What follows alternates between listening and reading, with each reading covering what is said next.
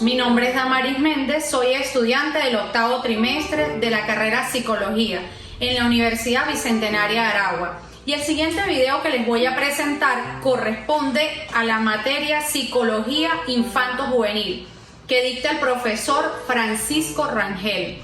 En esta oportunidad vamos a tratar el tema de los trastornos que afectan en la infancia y en la adolescencia. Y lo haremos de conformidad con el Manual Diagnóstico y Estadístico de los Trastornos Mentales, en su última versión, que es el DSM-5. Ahora bien, veamos cuál es la estructura en la que vamos a basar nuestra presentación. En una primera parte vamos a hablar de los trastornos que afectan en la infancia y en la adolescencia según el DSM-5. En una segunda parte daremos detalles de los códigos y apartados del DSM-5 en relación con los trastornos que afectan en la infancia y en la adolescencia. En una tercera parte daremos una descripción de cada uno de los trastornos antes mencionados de una forma breve, de manera que cada uno de ustedes tenga una referencia a la hora de consultar este manual. Y en la última parte del video dejaremos una breve reflexión acerca de la importancia del conocimiento adquirido para la clínica contemporánea. En esta primera parte hablaremos de los trastornos que afectan en la infancia y en la adolescencia, y lo haremos de conformidad con el Manual Diagnóstico y Estadístico de los Trastornos Mentales. Es importante aclarar que fue el DSM-4 el que le dedicó un capítulo a los trastornos que afectan en la infancia y en la adolescencia, donde se recogen trastornos que habitualmente tienen su inicio en esa etapa. Sin embargo, es el DSM-5 desaparece esas categorías, pasando a denominarlas trastornos del desarrollo neurológico, que es con los que vamos a trabajar durante esta exposición.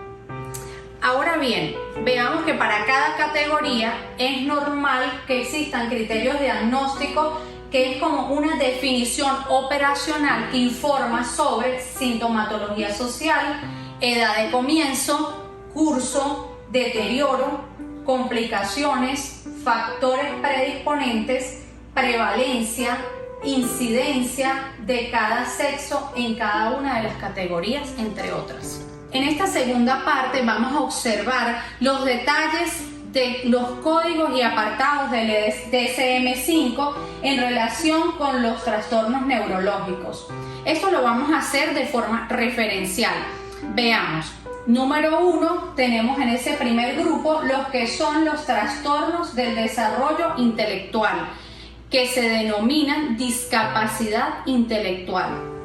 En este caso, el retraso general del desarrollo está codificado con el 315.8. La discapacidad intelectual o trastorno del desarrollo intelectual no especificada está codificado con el 319.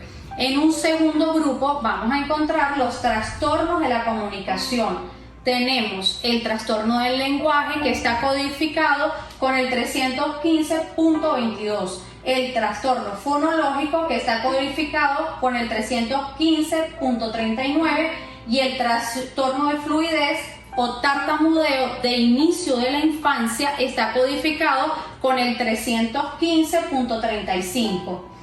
Los casos de inicio más tardío se diagnostican como trastornos de fluidez en el adulto y están codificados con el 307.0. Veamos entonces en este caso los trastornos de la comunicación social, que están codificados con el 315.39, y finalmente de este grupo los trastornos de la comunicación no especificados, que están codificados con el 307.9. En el tercer grupo de los trastornos del desarrollo neurológico tenemos los trastornos del espectro del autismo, que están codificados con el 299.00. En el cuarto grupo tenemos los trastornos por déficit de atención con hiperactividad, que se clasifican en presentación combinada, que corresponde al 314.01, la presentación predominante con falta de atención 314.00, La presentación predominante hiperactiva impulsiva corresponde a la codificación 314.01 y otros trastornos por déficit de atención con hiperactividad especificado corresponden al 314.01. Asimismo, incluye dentro de esta codificación al trastorno por déficit de atención con hiperactividad no especificado. En el grupo número 5 encontramos el trastorno específico del aprendizaje, que se encuentra clasificado de la siguiente manera: con dificultad en la lectura, que corresponde a la codificación 315.00,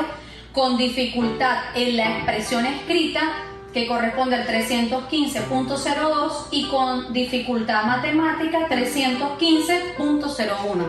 Ahora bien, en el grupo número 6 tenemos los trastornos motores, que están clasificados en trastornos del desarrollo de la coordinación 315.4 y el trastorno de movimientos estereotipados, que los encontramos en el código 307.3. En el grupo número 7 encontramos los trastornos de Tips, que se especifican de la siguiente forma: trastorno de la Tourette, codificado con el 307.23, trastorno de tic motores o vocales persistentes, codificado con el 307.22, trastorno de tics transitorios 307.21 y otros trastornos del TIC especificados y trastorno de tics no especificados corresponden a la misma codificación 307.20. En el grupo número 8, que es el último grupo que encontramos, tenemos otros trastornos del desarrollo neurológico y encontramos dos clasificaciones. Otro trastorno del desarrollo neurológico específico, clasificado con el 315.8, y trastorno del desarrollo neurológico no especificado 315.9. En esta tercera parte veremos la descripción de cada uno de los trastornos del desarrollo neurológico y lo haremos de una forma breve y descriptiva, de manera que cada uno de ustedes tenga una referencia de ellos a la hora de consultar el manual DSM-5, que ustedes puedan encontrar allí de una forma específica lo que son los trastornos del desarrollo neurológico, y si le interesa alguno de ellos, pues puedan profundizar en el tema. Veamos entonces el primero de los trastornos del neurodesarrollo, y es la discapacidad intelectual. El primer diagnóstico de este grupo, la discapacidad intelectual, sería el equivalente al retraso mental que aparece en el DSM-4. Se puede observar que sigue los planteamientos defendidos por la Asociación Americana de Discapacidades Intelectuales y del Desarrollo, como el cambio de denominación de retraso mental por el de discapacidad intelectual, como la nueva conceptualización de habilidades adaptativas divididas en conceptuales, sociales y prácticas. La nueva definición incluye los mismos tres criterios. 1. Los déficits en el funcionamiento intelectual. 2. Los déficits en el funcionamiento adaptativo. Y 3. El de inicio en el periodo de desarrollo, aunque con una nueva formulación, ya que anteriormente era inicio antes de los 18 años. En el segundo grupo, como lo vimos anteriormente, de los trastornos del neurodesarrollo, encontramos los trastornos de la comunicación. Este grupo es similar al existente en el DSM-4. Las novedades principales están en la unificación del trastorno mixto receptivo expresivo y el trastorno expresivo bajo el trastorno del lenguaje. El nuevo trastorno de comunicación pragmática en los cambios de denominación de los otros trastornos. Veamos el grupo número 3, que son los trastornos del espectro autista. Este es uno de los principales cambios con respecto del DSM-4 y de los que más controversias ha generado, ya que el grupo de trastornos generalizados del trastorno del DSM-4 se amplificaron bajo un único diagnóstico de trastorno del espectro autista, eliminando por lo tanto todas las demás categorías existentes previamente, que eran el trastorno de Rett, trastorno desintegrativo infantil, trastorno de Asperger y el trastorno generalizado del desarrollo no especificado. Así, un tema controvertido como las diferencias existentes entre el trastorno autista de alto funcionamiento y el trastorno de Asperger es resuelto por el DSM-5 al considerarlo dentro del mismo trastorno. En el grupo número 4 encontramos el trastorno por déficit de atención con hiperactividad. El DSM-5 decide separar este trastorno, que es llamado también TDAH, de los trastornos de conducta perturbadora, es decir, de los trastornos negativista desafiante y del trastorno disocial, y crea un grupo centrado en el TDAH dentro del trastorno del neurodesarrollo, formando así un grupo que incluye 3 trastornos. Número 1, trastorno por déficit de atención con hiperactividad. Número 2, otro trastorno con hiperactividad no especificado. Y número 3, trastorno por déficit de atención por hiperactividad no especificado. En el grupo número 5 se incluye un solo diagnóstico, el trastorno específico del aprendizaje, que agrupa los 3 trastornos del aprendizaje que existían en el DSM-4, como lo son el trastorno de lectura, el trastorno de la expresión escrita y el trastorno del cálculo, pero mantienen el concepto de lectura de manera similar, incluyendo los errores en decodificación lectora, fluidez, entonación, y incluye además las dificultades para deletrear que no aparecían en el DSM-4, pero sí aparecían en el CIE-10. En cuanto a la escritura, sigue sin incluir los problemas de caligrafía o ortografía, manteniendo los problemas para la redacción o expresión escrita.